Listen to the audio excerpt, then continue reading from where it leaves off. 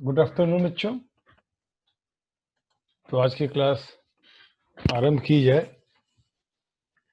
Thermodynamics के कई lectures हो चुके हैं और अब हम थर्मोडायनेमिक्स के उस हिस्से में हैं जहां हम फर्स्ट लॉ को लगभग फिनिश करने वाले हैं और उससे संबंधित कुछ एप्लीकेशंस को हम लोग डिस्कस कर रहे थे। लास्ट लेक्चर में हम लोगों ने कार्नोट थ्योरम और उसकी कॉरोलरी को डिस्कस किया था और आपको याद होगा कि हम लोगों ने क्लासियस-क्लैपेरॉन इक्वेशन स्टार्ट की थी। आज उसी को कंटिन्यू करेंगे और उसका डिटेल आज हम पढ़ेंगे। ओके, सो आपको याद होगा कल हम लोगों ने इसको डिस्कशन किया था कि किस तरीके से दो डिफरेंट फेजेस एक साथ कोएग्जिस्ट कैसे कर सकते हैं और हम लोगों ने एक आइसोथर्म की मदद से यानी कि प्रेशर और वॉल्यूम के बीच में कर्व ड्रा किया एट ए कांस्टेंट टेम्परेचर जिसको हम अब आइसोथर्म कह रहे हैं। वो डिफरेंट फेजेस के लिए हमने गैसियस फेजेस के लिए लिक्विड फेजेस के लिए ड्रॉ किया। सो ये एक पता चलता है कि लोअर टेम्परेचर पे ऐसा होता है कि जो गैस है, अगर मान लीजिए आपने किसी सिलेंडर के अंदर एक गैस को रखा हुआ है और उसके ऊपर पिस्टन लगा हुआ है और पिस्टन को आप प्रेस करके कंप्रेस करने की कोशिश कर रहे हैं गैस को, सो वो अपने वो गैसियस फेज से या वेपर फेज से लिक्विड फेज में कन्वर्ट होता है। लेकिन ये काम एकाएक नहीं होता, ये प्रोसेस में एक क्या कहते हैं कि समय लगता है और इस प्रोसेस के दौरान वेपर फेज और लिक्विड फेज एक साथ कोएग्जिस्ट भी करते हैं। सो लास्टली हम लोगों ने एक कर्व को कंसीडर किया था ABCD, जिसमें बताया था कि जो A से B है वो वेपर फेज है, जबकि C से जो D है वो लिक्विड फेज है और इसके बीच का ये हिस्सा B से C एक ऐसा फेज है जिसमें कि दोनों फेजेस यानी कि लिक्विड एंड वेपर फेजेस दोनों कोएग्जिस्ट करते हैं। ठीक है, सो अगर आप B से C की तरफ बढ़ेंगे सो B की तरफ वेपर फेज का प्रोपोर्शन ज़्यादा होगा, लिक्विड का कम होगा और जैसे जैसे आप C की तरफ बढ़ते जाएंगे वेपर फेज का जो प्रोपोर्शन है वो घटता जाएगा और लिक्विड का प्रोपोर्शन बढ़ता जाएगा और C पर पहुंचते पहुंचते 100% जो गैस है, जो वेपर है, ये जो हमारे अगर आप मान लीजिए कि वाटर ले रहे हैं तो वाटर वेपर है, वो पूरा का पूरा कन्वर्ट हो जाएगा इनटू लिक्विड। ठीक, सो यहाँ पर अभी क्वेश्चन ये उठता है कि इसका मतलब ये है कि प्रेशर वॉल्यूम यहाँ पर रोल प्ले करते हैं, तो हमको इस बात के बारे में पता करने के लिए कि किस रेट से जो है आप वेपर प्रेशर चेंज करें विथ रिस्पेक्ट टू टेम्परेचर कि दोनों फेजेस कोएग्जिस्ट कर जाएं और इक्विलिब्रियम में मेंटेन रहें। सो इसके लिए एक इक्वेशन हम यूज करते हैं, जैसे दो थर्मोडायनामिक्स में काफी काम इनका है कंट्रीब्यूशन, क्लासियस एंड क्लैपेरॉन, इनके नाम से जानते हैं, इसको कहते हैं क्लासियस क्लैपेरॉन इक्वेशन। तो क्लासियस क्लैपेरॉन इक्वेशन ओरिजिनली किस फॉर्म में था वो यहाँ पर मेंशन है, यहाँ देख भी सकते हैं। यहाँ पर जो है पार्शियल डिफरेंशिएशन करके लिखा हुआ है प्रेशर के लिए, del P upon del T for a constant saturation is equal to L upon T, volume in vapor state and volume in liquid state, where L is the latent heat.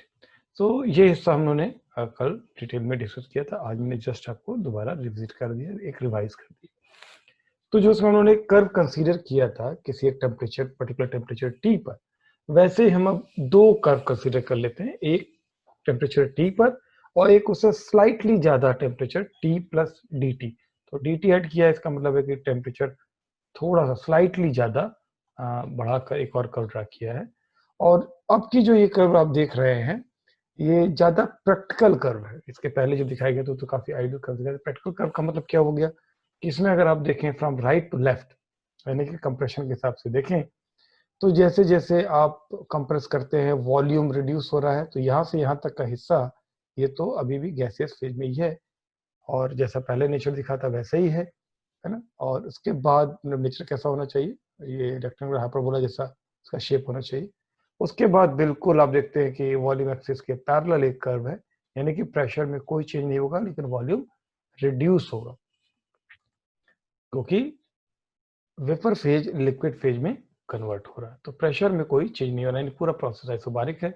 उसके बाद इस point पे पहुंचने के बाद जहां मेरा cursor effect है, इस पॉइंट के बाद सारा का सारा वेपर लिक्विड में कन्वर्ट हो चुका है और अभी भी अगर आपने इसको कंप्रेस करने की कोशिश की तो for a small change of volume, अब देखिए थोड़ा सा चेंज वॉल्यूम में करने के लिए large amount of pressure needed to be exert, काफी प्रेशर आपको लगाना पड़ेगा। सो ये थोड़ा प्रैक्टिकल कर्व है, मतलब आमतौर पे हम जब किसी गैस के को लिक्विफाई करते हैं तो जो कर्व एक्चुअली ड्रा होगा वो इसका ऐसा नेचर होगा। सो इस तरीके की ऐसे एक जैसे मिलते जुलते दो कर्व है, एक के ऊपर दूसरा।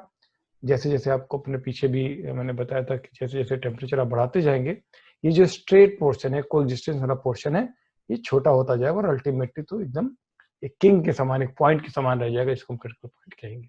ठीक है, सो इसके ऊपर एक और कर्व जो लिया गया उसका स्ट्रेट पोर्शन छोटा है। अब इसमें हम एक कैनॉट साइकिल कंसीडर कर लेते हैं, ये जो कर्व है, और कंसीडर करते हैं कि एक कोई कैनॉट इंजन है जो दो फेजेस के बीच में ऑपरेट कर रहा है ना, वाटर वेपर रीजन में ऑपरेट कर रहा है। और वो कैनॉट साइकिल जो उसके लिए आप ड्रॉ करेंगे उस कैनॉट इंजन के लिए, वो क्या है, ए बी सी डी ए, मतलब ये साइकिल हो गई, जिसमें से A B adiabatic process, reversible adiabatic process दिखा रहा है जिसमें कंप्रेशन हो रहा है, और सी से डी ये भी रिवर्सिबल एडियाबेटिक प्रोसेस है पर इसमें एक्सपेंशन हो रहा है, वॉल्यूम बढ़ रहा है।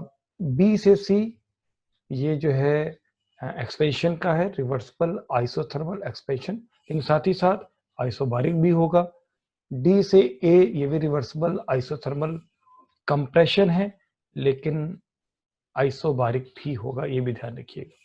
ठीक है, तो कैनॉट साइकिल जैसा ही ये एक cycle A B C D A जो है वो फॉर्म किया जा सकता है लिक्विड वेपर रीजन में।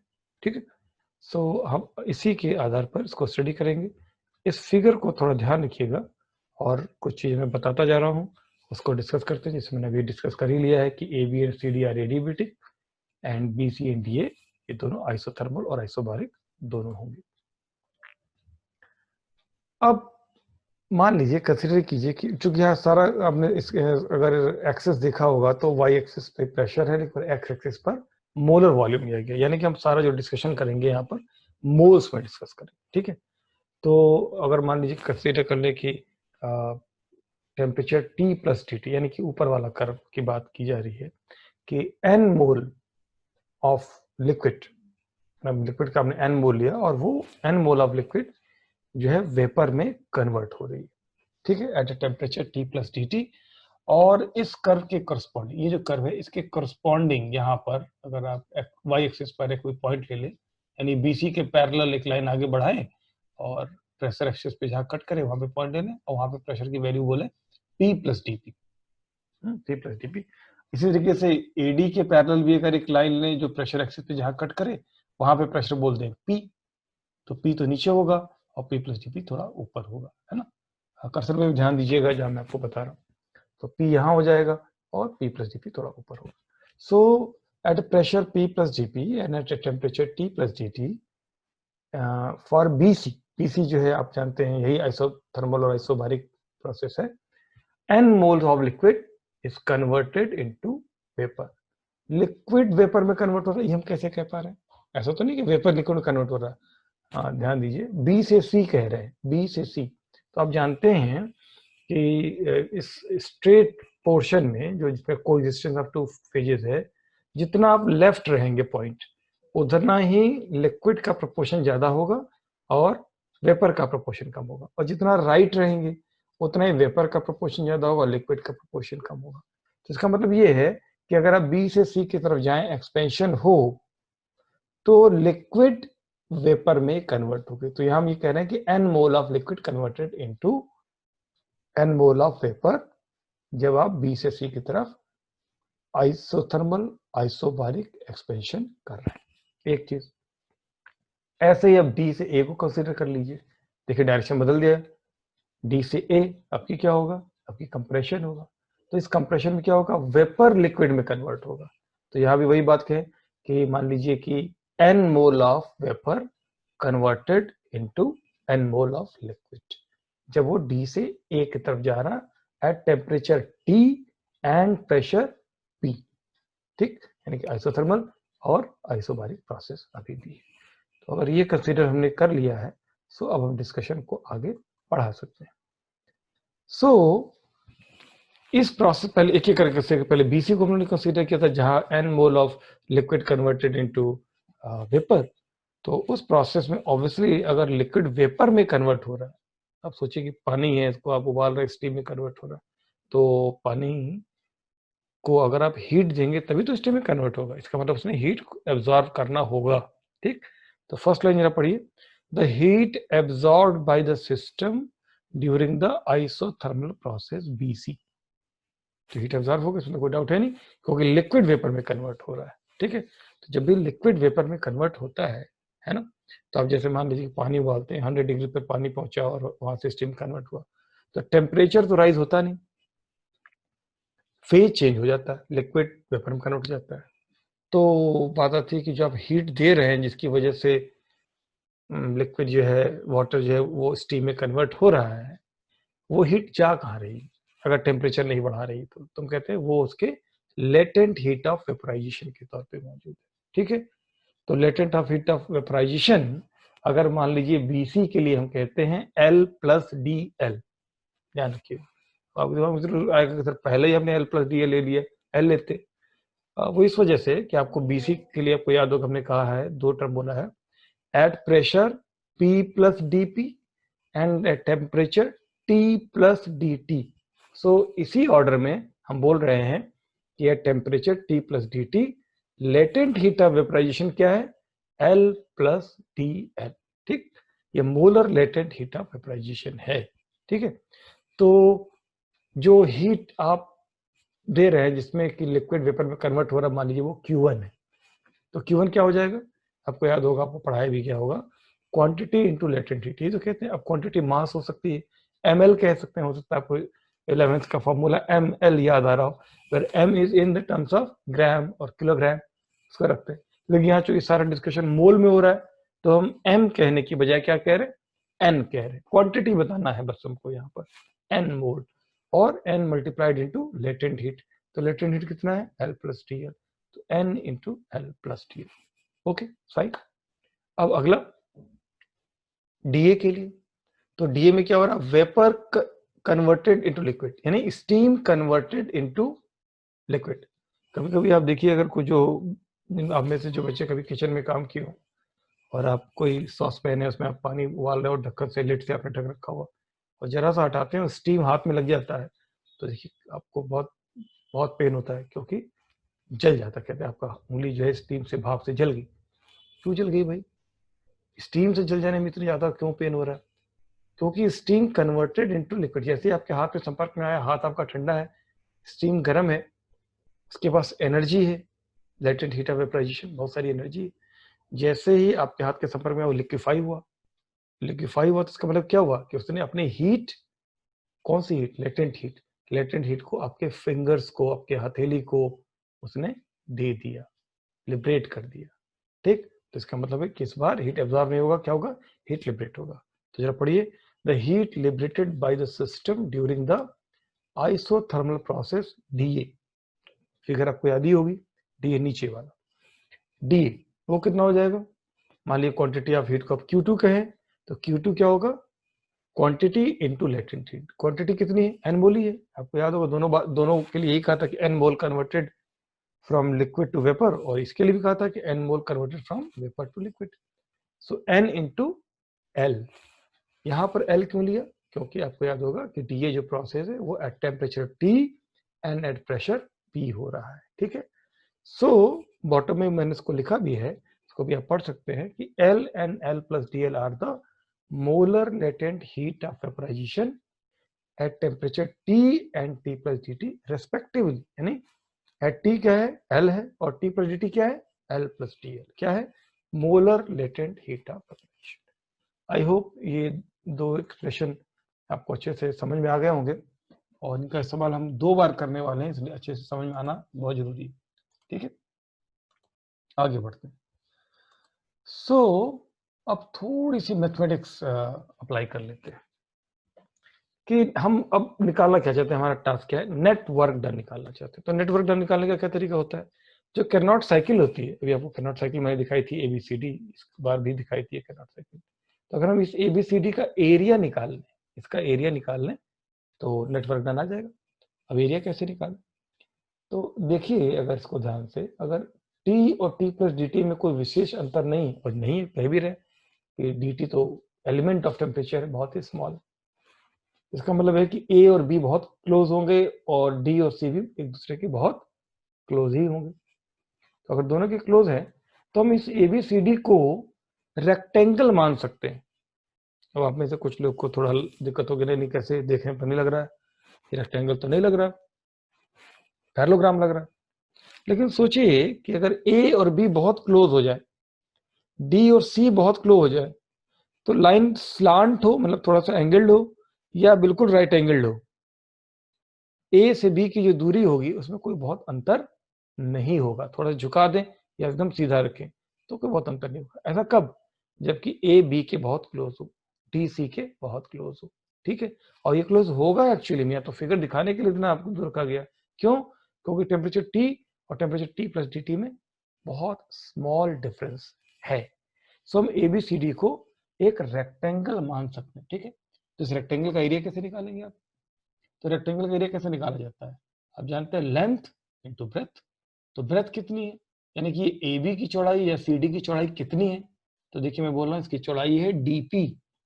ये कैसे आ गया, डीपी कैसे आ गया? देखिए एडी पर प्रेशर था पी और बीसी पर प्रेशर था पी प्लस डीपी, करेक्ट? तो अंतर कितना हुआ? P plus dP minus P is equal to DP.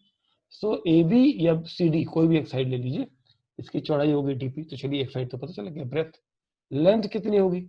मान लीजिए पॉइंट डी पर मोलर वॉल्यूम है V2 और पॉइंट ए पर मोलर वॉल्यूम है V1।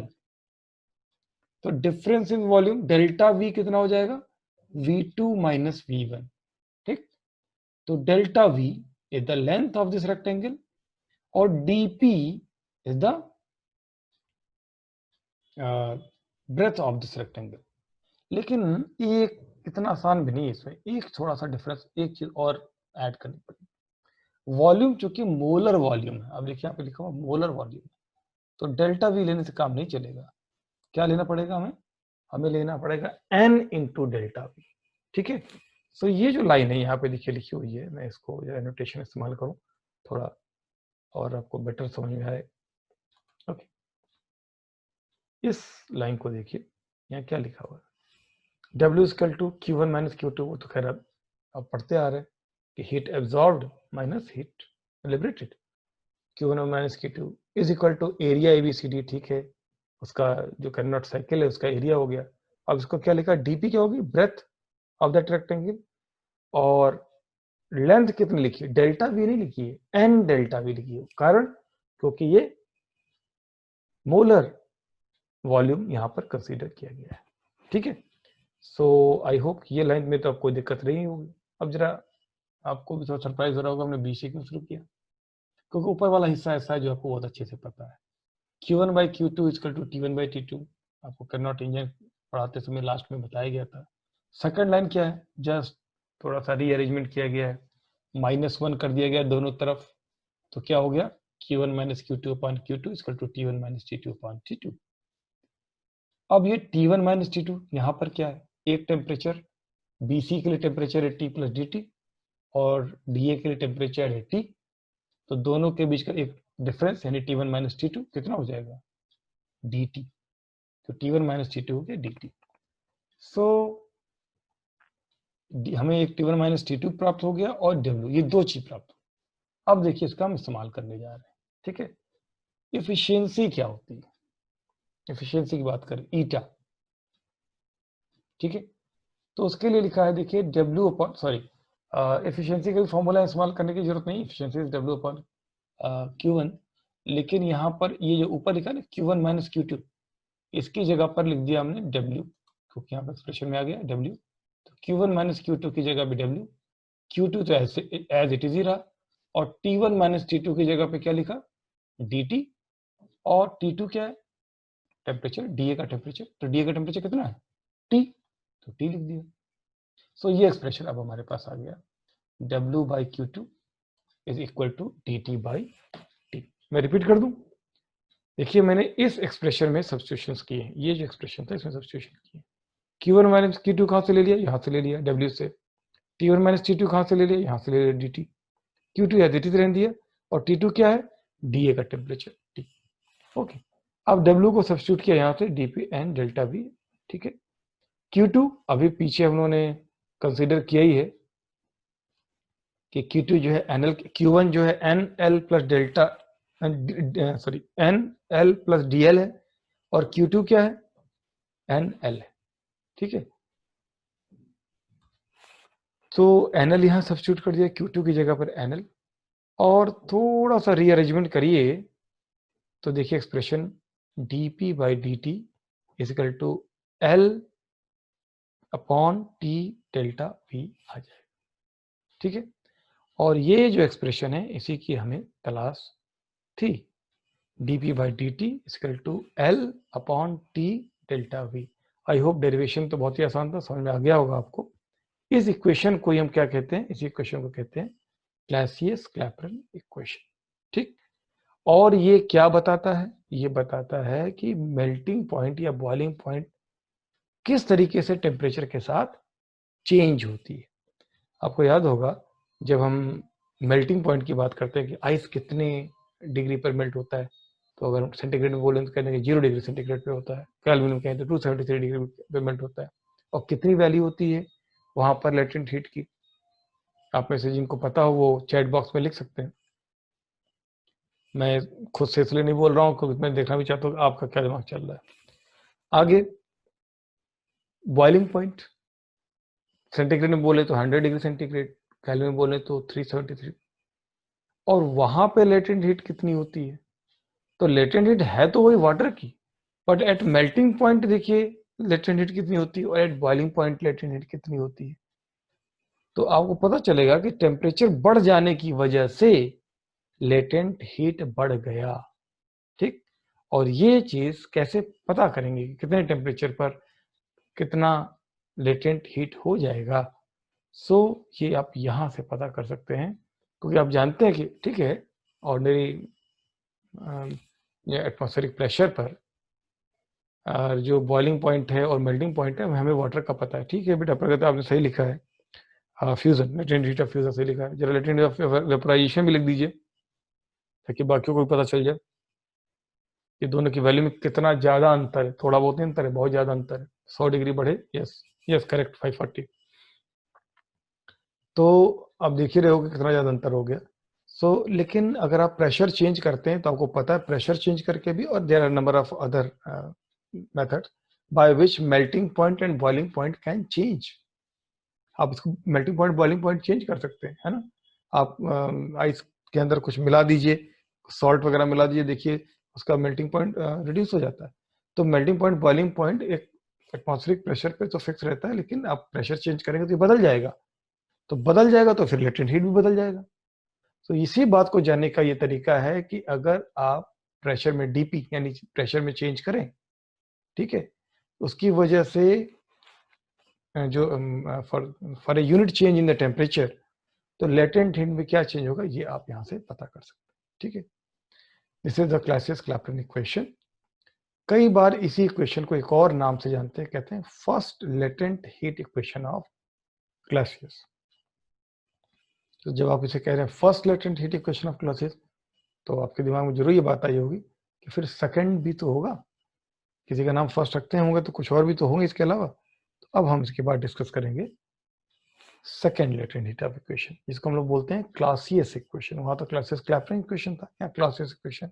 यहाँ मैं थोड़ा सा आपको सचेत कर दूं, क्वेश्चन एक दे दूं। कई बार एग्जामिनेशन में पूछा जाता है क्लासियस इक्वेशन, आप समझ लेते हैं ये कह रहे थोड़ा कुछ लगता है लिखने में छूट गया, क्लासियस क्लैपेरन इक्वेशन, ठीक है, तो आप वही फर्स्ट वाला ही लिख देते हैं। लेकिन एक Clausius Clapeyron equation is one thing, वो फर्स्ट लेटेंट हीट इक्वेशन है, और Clausius equation is second latent heat equation, ठीक है। और ये किसके बारे में बात करता है, ये किसके बारे में बताता है, ये बताता है specific heat of saturated vapour, ठीक है। सो अब इसका डिस्कशन करते हैं कि इसमें क्या बात है ऐसी जो जानने वाली, आज इसको जरूर फिनिश कर दें। चलिए दो टर्म पहले डिफाइन कर लें, हम लोगों ने पहले ही L और L प्लस DL डिफाइन कर रखा हुआ, हम फिर से दो चीजें डिफाइन करते हैं, एक है C1 और एक है C2, ठीक है। इसको आप हीट कैपेसिटी भी कह सकते हैं, स्पेसिफिक हीट भी कह सकते हैं। तो पहले जो दो के लिए डिफाइन कर, आपको याद होगा जब हमने आपको फिगर दिखाई थी तो आपको बीसी और डीए यानी कि आइसोथर्मल के लिए तो बात करी थी, एडियाबेटिक वाले पोर्शन की बात नहीं करी थी, ठीक है। यानी कि ए बी और सी डी की बात नहीं करी थी, अब उसकी बात करने जा रहे हैं इन एडियाबेटिक पोर्शन की। तो late C1 denotes the molar specific heat of liquid in contact with its saturated vapor, यानी कि liquid in contact with saturated vapour है, उसके लिए मोलर स्पेसिफिक हीट है C1। अब C2 ठीक उलट दीजिए, ये भी मोलर स्पेसिफिक हीट ही तो है, but saturated vapour in contact with its liquid, यानी C1 कब आप इस्तेमाल करेंगे, A से B के लिए, ठीक है। और C2 कब आप इस्तेमाल करेंगे, जब C से D के लिए आप इस्तेमाल करेंगे। ये कैसे ये तय होता है, आपने मेरे ख्याल से कर्व में एक बार दोबारा दिखा दूं तो आपको ज्यादा बेटर आपको आइडिया लगेगा। Excuse me. जब आप ए से बी की तरफ जाएंगे तो ऑब्वियसली यहां पर लिक्विड का पोर्शन ज्यादा होगा और वेपर का पोर्शन कम होगा, लेकिन जब आप सी से डी की तरफ जाएंगे तो वेपर का पोर्शन ज्यादा होगा और लिक्विड का पोर्शन कम होगा। क्यों? क्योंकि सी डी जो है इस कर्व में राइट साइड में है और ए बी लेफ्ट साइड में, और पहले मैं बता चुका हूं कि जैसे जैसे आप राइट से लेफ्ट की तरफ जाते हैं वेपर लिक्विड में कन्वर्ट होता है। तो liquid is more for A B in comparison to saturated vapour. तो इसलिए हम क्या कह रहे हैं, C1 को क्या कह रहे हैं कि this is the molar specific heat of liquid, क्योंकि लिक्विड ज्यादा है, in contact with its saturated vapour. मतलब सैचुरेटेड वेपर क्यों कह रहे हैं कि वेपर जो सैचुरेट होने करीब है, अब वो बस लिक्विड में बदलने ही वाली है, ठीक। और C2 क्या है, molar specific heat of saturated vapour. क्यों कह रहे हैं, क्योंकि जब आप राइट साइड में हैं तो वेपर ज्यादा है, लिक्विड कम है, ठीक है। और ये वेपर जो है, ये जो वेपर है ये लिक्विड में कन्वर्ट हो रही है, तो saturated vapour in contact with liquid, ठीक। और ये तो शुरू से ही मान के चल रहे हैं कि यहाँ जो हम डिस्कशन कर रहे हैं वहां पर जो वेपर या लिक्विड की जो क्वांटिटी है कुल वो n मोल्स ही सब्सटेंस है, ठीक है। सो वापस उस फिगर पे हम आते हैं। सो एक कार्नोट रीजन को हमने फिर से कंसीडर किया और टू फेज रीजन में हमने कार्नोट साइकिल ABCD क्रिएट करी, ठीक।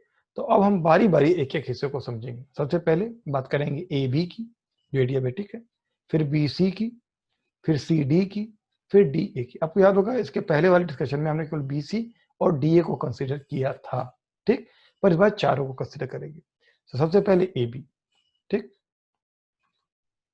AB में क्या होगा, AB में हीट एब्जॉर्ब होगी, लेकिन आपके दिमाग में ये बात आएगी तो प्रोसेस तो एडियाबेटिक है, हीट कैसे एब्जॉर्ब होगी।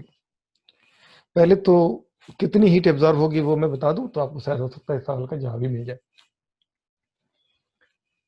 देखिए ए से बी जाते समय टेम्परेचर राइज कर रहा है, जब ए पे था तो टेम्परेचर T था और जब बी पे पहुंचा तो टेम्परेचर हो गया T+dt। टेम्परेचर राइज करने का मतलब क्या है, कहीं ना कहीं से तो हीट आई है, कहीं ना कहीं से तो एनर्जी आई, हीट का मतलब हीट एनर्जी है ना, कि कहीं ना कहीं से एनर्जी आई है तभी टेम्परेचर राइज किया है। और आपको याद है स्पेसिफिक हीट को डिफाइन कैसे करते हैं, the amount of heat required to raise the temperature by unit. एकांक टेम्परेचर परिवर्तन के लिए आवश्यक हीट की मात्रा, ऊष्मा की मात्रा स्पेसिफिक हीट कहलाती है। तो आपने टेम्परेचर राइज कराया कितना, dt। सो कितने हीट की आवश्यकता हुई, कैसे निकालेंगे, तो उसका तरीका क्या है, जो फॉर्मूला लिखते हैं, heat is equal to quantity of the substance into specific heat into change in temperature. आपको याद होगा वो फॉर्मूला पढ़ा जाता है ms डेल्टा t, वही इस्तेमाल कर रहे हैं। m की जगह पर n ले रहे हैं क्योंकि यहाँ पे n मोल कंसीडर किया है, s की जगह पर C1 ले रहे हैं क्योंकि a से b के लिए मोलर स्पेसिफिक हीट C1 है, और डेल्टा t की जगह dt ले रहे हैं क्योंकि टेम्परेचर में जो राइज हुआ है वो कितना हुआ, dt। क्योंकि टेम्परेचर में राइज हुआ इसका मतलब हीट एब्जॉर्ब की गई होगी, लेकिन ध्यान दीजिएगा एडियाबेटिक प्रोसेस है तो ये हीट कहां से आई। चलिए थोड़ी देर आपके लिए सोचने के लिए छोड़ देते हैं, आगे बढ़ते हैं। कुछ आप भी तो सोचेंगे, मैं बता चुका हूं इन सब सवालों का जवाब। अब जरा बात करते हैं बीसी की। ए भी हो गया, बीसी। बीसी तो पहले की तरह आइसोथर्मल और आइसोबारिक। बीसी में क्या होगा, Q1 लिखा गया NLDL, ठीक है। ये मैं पहले भी डिस्कस कर चुका हूं, सॉरी यहाँ पर थोड़ा सा टाइपिंग मिस्टेक हो गया, NL+DL होगा। इसका करेक्शन कर लीजिएगा, मैंने पीछे डिस्कस किया था बीसी के लिए, मैं वहां से दिखा देता हूं आपको। ये NL+DL अभी हमने डिस्कस किया था ना बीसी के लिए, मैं उसी की बात कर रही हूँ। BCD के लिए कोई परिवर्तन नहीं होगा, सेम वही रहेगा। वहां मुझसे टाइपिंग मिस्टेक हो गई है, इसको आप इग्नोर कर जाइए, ठीक कर लीजिए। Okay, so this should be NL+DL, correct. आगे नाउ CD, तो जैसे हमने AB के लिए कहा वैसे CD के लिए कह रहे हैं। एडियाबेटिक प्रोसेस है जरूर, लेकिन टेम्परेचर फॉल कर रहा है। टेम्परेचर था T+DT और फॉल होकर कितना हो गया T, यानी DT का टेम्परेचर चेंज हुआ, फॉल हुआ, तो अमाउंट ऑफ हीट क्या करेगा, लिबरेट करेगा, छोड़ेगा। कितना होगा वो, Q2 prime equal to NC2TT। N quantity होगी, molar moles, C2 specific heat हो गई, molar specific heat, and DT the change of temperature. और DA में अभी बात की थी उतना ही रहेगा जितना पहले डिस्कस किया था, NL, क्योंकि वही कार्नोट साइकिल है, परिवर्तन थोड़ी हो जाएगा। सो हमारे पास चार चीजें हो गई, Q1 prime, Q1, Q2 prime और Q2। पहले इसके वाले डिस्कशन में सिर्फ Q1 और Q2 था। तो नेट वर्क डन कितना होगा, क्या करें, सबको सम कर दें, लेकिन कुछ में हीट एब्जॉर्ब हुई है, कुछ में हीट लिबरेट हुई है। तो जिसमें एब्जॉर्ब हुई है साइन कन्वेंशन के हिसाब से वो पॉजिटिव रहेगा, जिसमें रिजेक्ट हुई है माइनस रहेगा। तो हमें देखिए Q1 prime plus Q1 minus Q2 prime minus Q2 लिखा है, ठीक। सबकी वैल्यूज सब्स्टिट्यूट कर दी। वो मिस्टेक जो है इसमें थोड़ा सा यहाँ पे अभी भी चल रही है, उसको आप करेक्शन कर लीजिए, ठीक है। और जब इसको आप सॉल्व करेंगे, यहाँ L+DL होगा, यही मिस्टेक है, यहाँ NL+DL होगा, इसको करेक्शन कर लीजिएगा। हाँ, और वैसे नोट्स में करेक्टेड होगा। ओके, अब इसको जरा सा रीअरेंज करिए, देखिए NC1 माइनस C2 DT आ जाएगा और NDL आ जाएगा, क्योंकि NL और ये NL तो कट जाएंगे, ठीक है, और N इंटू DL वो बच जाएगा, ठीक। और यहाँ पहले और तीसरे टर्म में क्या किया, N कॉमन ले लिया, DT कॉमन ले लिया, बच गया C1 माइनस C2। ये फॉर्मूला तो आपको याद होगा, मैंने थोड़ी देर पहले ही इसके बारे में बात कर चुका हूँ। W/Q2 is equal to DT/T, अभी थोड़ी देर पहले डिस्कस किया था। सो W की जगह आपकी ये सब्स्टिट्यूट कर दीजिए जो आपने निकाला। Q2 तो NL होता ही है पहले की तरह, DT/T। सो फॉर्मूला क्या आ जाएगा, ये आ जाएगा C2 minus C1 is equal to DL/DT minus L/T। Is very important formula ये। और इसके पहले जो आपको मैंने फर्स्ट लेटेंट हीट इक्वेशन की फॉर्मूला बताया, क्लासेस क्लैपेरॉन इक्वेशन से कह रहे हैं, ये दोनों पर न्यूमेरिकल आते हैं। न्यूमेरिकल के ये 3-4 जगह ही हैं, कार्नोट इंजन के जो फॉर्मूले हैं उस पे न्यूमेरिकल आते हैं, और ये जो मैंने आपको दो फॉर्मूले अभी बताए, इन दोनों पे भी न्यूमेरिकल्स आते हैं। तो इन्हें बहुत ध्यान से आप एक बार देख लीजिएगा। सो जरा आप समराइज कर दें आज के डिस्कशन को। C2 minus C1 is equal to DL/DT, यानी rate of change of latent heat ये दिखा रहा है। रेट क्या कह रहे हैं, क्योंकि विद रिस्पेक्ट टू टेम्परेचर है ये, ठीक है। DL/DT यानी for unit change in temperature कितना चेंज होगा लेटेंट हीट में, ये बता रहा फर्स्ट टर्म RHS में, माइनस L/T। फॉर्मूला याद करना कितना आसान है, C2 माइनस C1। बस ये ध्यान रखिएगा कि वो उल्टा हो जाता है, आप लोग से लिखने में C1 माइनस C2 कर देते हैं आप, है ना, नहीं C2 माइनस C1 होगा। अब आपके लिए मैं छोड़ दे रहा हूँ ये बात, सोच के बताइएगा C2 बड़ा होगा कि C1 बड़ा होगा, ये आपके लिए मैं छोड़ दे रहा हूँ। This is the second latent heat equation of classes. First आपको पहले बता चुका हूँ, क्लासेस क्लैपेरॉन इक्वेशन को सेकंड को फर्स्ट कहते हैं, first latent heat equation of classes. This is second latent heat equation. ये क्या देता है, the variation of latent heat of a substance with temperature. RHS पे ध्यान दीजिएगा, the variation of latent heat of a substance with temperature. अब आप आ जाइए LHS पे, and connect it with the specific heat of the substance in the two states। कौन से two states, vapor state and liquid state, ठीक। so this was all for today। आज मैं आपको क्लासिस क्लैपेरॉन इक्वेशन और मैंने classes equation, जिसको first and second latent heat equation भी कहते हैं रिस्पेक्टिवली, इनके बारे में डिस्कस किया। दोनों फॉर्मूले न्यूमेरिकल के लिहाज से बहुत इंपॉर्टेंट है, इनसे संबंधित न्यूमेरिकल आपको मिल जाएंगे, आप अपनी बुक से लेकर उनको जरूर सॉल्व करें। न्यूमेरिकल आप करते रहिए और कोई प्रॉब्लम आए तो मुझसे पूछिए। सो इसी के साथ मैं आज का अपनी क्लास यहीं पर एंड करता हूँ, प्रेजेंटेशन एंड करता हूँ, सॉरी। और आप अगर कोई सवाल पूछना चाहें, कल आप पूछ नहीं पाए थे, तो इट्स वेलकम। आप चैट बॉक्स में लिख के पूछ सकते हैं या फिर आप माइक ऑन करके भी पूछ सकते हैं, मैंने अलाउ कर रखा हुआ है।